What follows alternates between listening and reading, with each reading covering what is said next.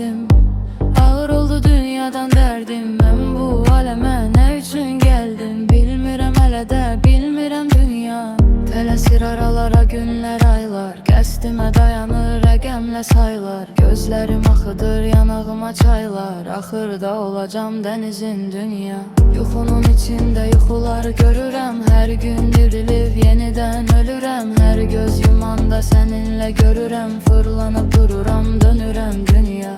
Yol ki bəsitdir ey yolun azan. Günahmı işlə, savabmı qazan. Çoxları olubdu səndən yazan. Anlayan olmayıb səni niyə dünya. İnsanam yaradılan torpaq dildən. Acıyana sözlər çıxarsam dildən. Bilmədən dəysəm xətrinə birdən. Bağışla sən məni, bağışla dünya. İnsanam yaradılan torpaq dildən. Acıyana sözlər çıxarsam dildən. Bilmədən dəysəm xətrinə birdən. Bağışla sən məni, bağışla dünya.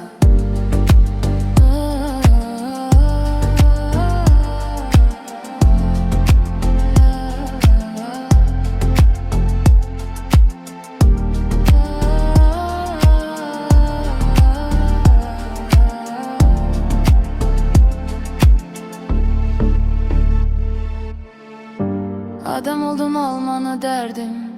Ağır oldu dünyadan derdim. Mən bu aləmə nə üçün gəldim? Bilmirəm hələ də, bilmirəm dünya. Tələsir aralara günlər, aylar. Qəsdimə dayanır rəqəmlə saylar. Gözlərim axıdır yanağıma çaylar. Axırda olacam dənizin dünya. Yuxumun içində yuxular görürəm. Hər gün dirilib yenidən ölürəm. Hər göz yumanda səninlə görürəm. Fırlanıb dururam, dönürəm dünya.